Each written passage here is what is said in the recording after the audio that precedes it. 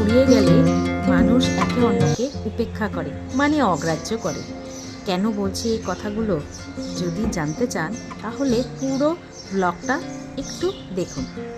নমস্কার, আমি সুমি, ওয়েস্ট বেঙ্গল শিলিগুড়ি থেকে আবার মনের আকাশের একটা নতুন ব্লগে স্বাগত জানাচ্ছি। আজ বৃহস্পতিবার, মানে গুরুবার। তো সকালবেলা উঠে আমি বাইরে এসেছি।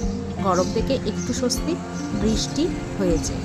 আর তার সাথে আমি গতকাল নিয়ে এসেছিলাম যে নয়নতারাগুলো, তাদেরও দেখতে এসেছি তারা ঠিকঠাক আছে কিনা, কেননা এরা তো আমার নতুন পরিবারের সদস্য। আর এদিকের ফুলগুলোও তো এত সুন্দর লাগছে, প্রত্যেক দিন আমি এদেরকে দেখি আর ভিডিও করে রেখে দিই নিজের কাছে।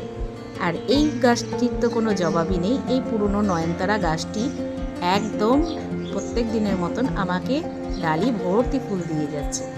আর এরা হচ্ছে নতুন সদস্য। এই যে দেখুন, নতুন সদস্যের দুইজন আবার উকি মেরেছে। আমি ভীষণ খুশি সকাল সকাল এদের দেখে। রংটা কত সুন্দর, অসাধারণ লাগছে রংটা। আমি তো ভীষণ আপ্লুত হয়ে উঠেছি। তো কেন এই কথাগুলো বলছি? কেননা আমাদের জীবনে বা বাস্তব জীবনে আমরা দেখি আমাদের আশেপাশে যারাই যখন আমাদের থেকে প্রয়োজনটা ফুরিয়ে যায় বা মিটে যায়, তারা তাদের নিজেদের মতন রাস্তা দেখে নেয়। একটা সামান্য ঘটনা, তবে বলার মতন অনেক কিছু আছে। আর এই যে দেখুন, রাস্তাটাও পুরো ভেজা। বৃষ্টি হওয়াতে একটু আরাম পেয়েছি, স্বস্তি এসেছে। না হলে রাত্রে ঘুমানো যেত না। প্রচণ্ড গুমোট গরম ছিল, যেটা আমি বর্ণনা করতে পারবো না। তো চলে এলাম আবার রান্নাঘরে। ছেলের যে টিফিন বানিয়ে দিতে হবে, ওইদিকে বসেছে ডাল। কেননা বৃহস্পতিবার সব কাজ তাড়াতাড়ি। আমি ডালটা বসিয়ে দিয়েছি, পরে মা রান্নাটা করবে। আর আমি ডালটা বসিয়েছি কারণ সেদ্ধ ডাল দিয়ে আজকে আমি একটু পরোটা বানাবো, মানে মুগ ডাল দিয়ে আমি একটু পরোটা বানাবো। খেতে খুব ভালো লাগে। এক দিদি ভাই এটা বানিয়েছিল, আমি এক মিডিয়া প্ল্যাটফর্মেই দেখেছিলাম। তারপরে আমি বানিয়ে এটা, মানে এর আগেও খেয়েছি, তবে আজকে আবার করছি। আর ওদিকে পনির বানানোর জন্য আমি দুধ বসিয়ে দিয়েছি। দুধটা বসানোর কারণ যে দুধটা তাড়াতাড়ি হয়ে যাবে, মানে ছানাটা বা পনিরটা আমি পেয়ে যাব। আর তার সাথে আমি বাকি পনির যেটা থাকবে সব তো ব্যবহার করব না, বাকিটা তরকারি হয়ে যাবে, যেটা আমার ছেলের ভীষণ প্রিয় এবং পছন্দের। তো গরম গরম ডালটা দিয়েছি, আগে চামচ দিয়ে একটু মাখিয়ে নিচ্ছি। তারপরে যেরকম আটা মাখে সেরকমই বানিয়ে নেব। তো এই জিনিসটা খেতে খুব ভালো লাগে। আর ছেলেকে যদি সস দিয়ে দিই পরোটা, তো তাহলে তো কোনো জবাবই নেই। আর বৃহস্পতিবার নিরামিষের দিন, তার জন্যই আরও আমি পরোটাটা দিচ্ছি, তাহলে বাচ্চা একদম খেয়ে নেবে। মায়েদের তো সব থেকে বড় চিন্তা বাচ্চা যেন ঠিকঠাক মতন খায়। তো এদিকে কাজ করছি, আজকে অনেক কাজ আছে। আজ আমার এসিটা পরিষ্কার করতে হবে। ওই যে বললাম, কেন বলছি, একজন আমাদের এসি পরিষ্কার করার ছিলেন, যিনি আমার হাজব্যান্ডের অফিসেই ওনাদের এসিগুলো পরিষ্কার করে দেন। তো প্রথম বছর উনি এসেছেন, করে দিয়ে গেছেন। দ্বিতীয় বছরও এসেছেন, করে দিয়ে গেছেন। এটা নিয়ে আমার চতুর্থ বছর। ফোন করে যাচ্ছি, ধরছে না। আমি ভাবলাম হঠাৎ করে কি হলো, অসুস্থ হলো নাকি? তো আমার হাজব্যান্ড বলেছে, না, ও কেন ফোন ধরছে না, কারণ ওর বর্তমানে এমনভাবে ও কাজ করছে যা দেখে ঊর্ধ্বতন কর্তৃপক্ষ ওকে বাদ দিতে বলেছে, যেই কারণে ও আমাদেরও ফোন ধরছে না। এই সামান্য একটি বিষয় যে সে ওখানে কাজ করছে না, তবুও সে আমাদের ফোনটাও ধরছে না। আমরাও তো রীতিমতন তার কাস্টমার। 400, 500, 600, 1000-এর এখানে কথা নেই। কথা হচ্ছে আপনি যে কাজটা করছেন, মানুষের সঙ্গে একটা সম্পর্ক তৈরি হচ্ছে, সেই সম্পর্কটাকে আপনি এইভাবে নষ্ট করে দিচ্ছেন, তাতে আপনি কি এক্সাম্পল সেট করছেন? ব্যাস এইটুকুই কথা। তবে এসিটা পরিষ্কার করার জন্য আরও লোক আছে, আমি একটা ফোন করলেই চলে আসবে। কিন্তু ভেবেছি এবার তো আর কোনো ডিপ ক্লিনিং নেই, তো এখন তো নতুনই আছে, তো তার জন্য আমি একাই করে নেব। দেখি যদি হাজব্যান্ডের সময় হয় তাহলে উনি একটু ধরবেন, না হলে আমি একাই করে দেব। আজকে ওর জন্য সব কিছু তাড়াতাড়ি করে নিচ্ছি। আর এদিকে আটাটা রেস্টেও রেখেছিলাম মাখার পরে। আর পনিরের মধ্যে জাস্ট একটু মশলা দিয়ে আমি ফিলিংটা রেডি করে নেব, যাতে পনিরটা একটু ভালো লাগে খেতে। তো এইভাবে বানিয়ে দিই ওকে, ছটপটও হয়ে যায়, বেশিক্ষণ সময়ও লাগে না। হ্যাঁ, সবাই ভাববেন হয়তো যে এত সকাল সকাল দুধ বসিয়ে তাকে ছানা বানিয়ে বা পনির বানিয়ে করে দেওয়া একটু চাপের বিষয়, কিন্তু আমার তা একদমই মনে হয় না। আমার বরঞ্চ আমি তাড়াতাড়ি সকালবেলায় উঠি, সব কাজ এই টাইমটাই করি, তো অসুবিধা হয় না। তবে পনিরের এই পনিরটা তো সবাই পছন্দ করে, তো পনিরের যে কোনো শেপে আমি শেপ চেঞ্জ করে করে আমি পরোটা দিই, কোনো অসুবিধা হয় না। আমার তো বিশেষত কোনো অসুবিধা হয় না। আমার মেন কথা আমার ছেলে যেন ঠিকঠাক মতন খায়। আর আজকে তো বৃহস্পতিবার, ওর অ্যাক্টিভিটি ক্লাস আছে, তো তার জন্য ও তো অনেক জিনিসপত্র নিয়ে আজকে স্কুলে যেতে হবে। আর একটা স্কুলের প্রজেক্ট আছে যেটা ও কাল রাতে করেছে, আমি কোনো ভিডিও করিনি, কেননা রোজ দিন ওই একই স্কুলের অ্যাক্টিভিটির জিনিস দেখালে আপনারা হয়তো বোর হবেন, তার জন্য এটাই আমি ভেবেছিলাম। তো তারপরে আমি ফটাফট এগুলো পরোটাগুলো বেলে ও রেডি করে ওকে দিয়ে দেবো টিফিনে। আর ওর জন্য স্মুদি বানিয়েছি, ও মোটামুটি রেডি হয়ে গেছে, আমার ততক্ষণে হয়ে যাবে।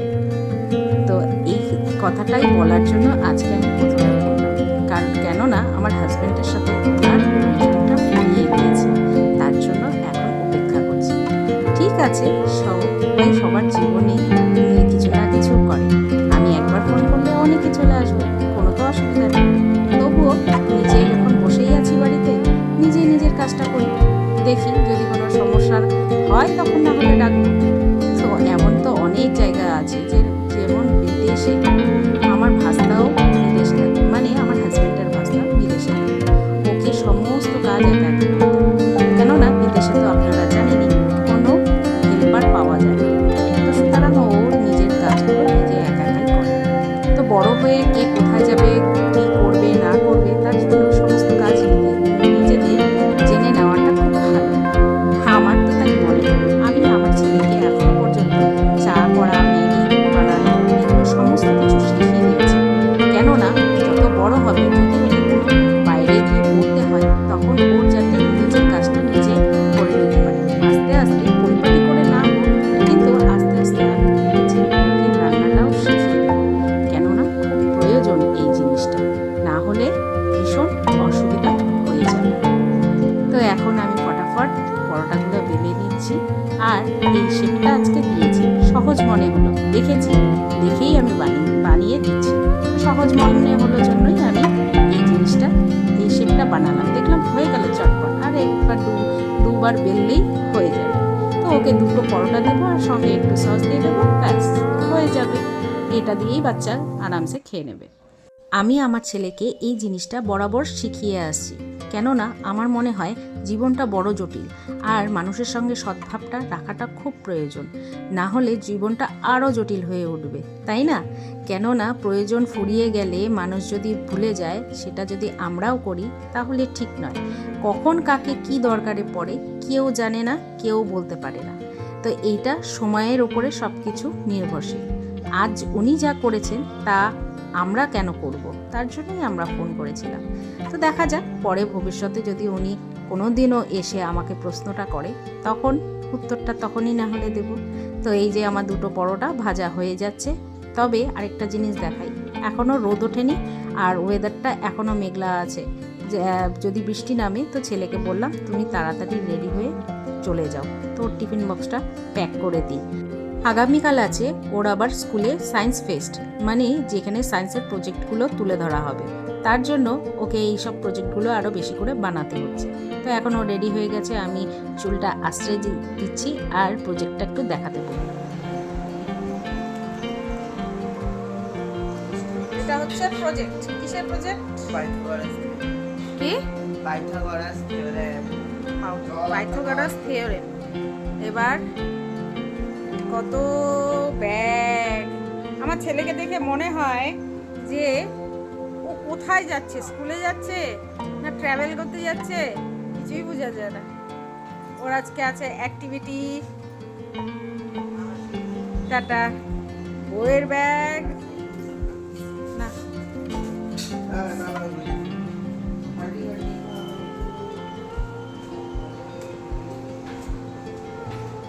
তো চাবি নিয়ে যা। একবার বলে সাইকেল নিয়ে যাবে, আবার একবার বলে পাপা গাড়িতে করে দিয়ে আসো। এই তো চলতে থাকে সকাল থেকে। তো যাই হোক, আজকে আমি ব্লগ ভিডিওটা একদম ছোট করেছি, আর ভিডিও সেরকম করিনি, কেননা সমস্ত কাজ সেরে উঠতে উঠতে আমি 5টা বেজে গিয়েছে, তারপরে ভাত খেয়েছি। এই যে ছেলের একটা ফটো দেখাই, এই তখন আমি স্নান করিনি, এখন করব এসিটা পরিষ্কার। এটা হচ্ছে আমার ছেলের ছোটোবেলাকার ফটো। তো এবার এসিটা ধরে নিই পরিষ্কার করতে। তো যাই হোক, যেটাই হোক, যার যার যেটা ব্যক্তিগত বিষয়, যে তারা কাদের সাথে কথা বলবে, কাদের কাজ করবে, সেটা তাদের ব্যক্তিগত বিষয়। তবে জীবনটা থেমে থাকে না, আর নিচে নিয়ে নিয়েছে প্লাস্টিক, এইভাবেই তো কাজ করতে হয়। বেশি নোংরা হয়নি, তবে অল্প স্বল্প করলেই মনে হয় হয়ে যাবে। নেক্সট ইয়ার যখন গ্যাস ভরাতে হবে, তখন ডিপ ক্লিন করিয়ে তারপরে গ্যাসটা ভরিয়ে নেব। কোনো কাজ কি কারোর জন্য আটকে থাকে?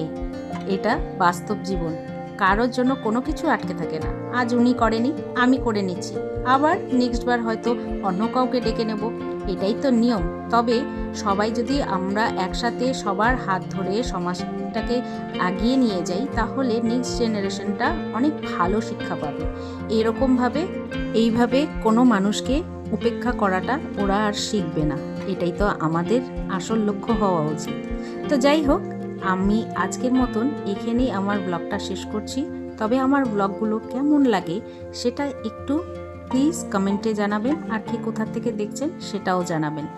আর যদি ভালো লাগে আমার কথাগুলো, তাহলে লাইক, সাবস্ক্রাইব আর শেয়ার করে পাশে থাকবেন, তাহলে আমিও অনুপ্রেরণা পাবো। আজকের মতন এইটুকুই, দেখা হবে নেক্সট ব্লগে। সবাই সুস্থ থাকবেন, ভালো থাকবেন, আবার আসবো।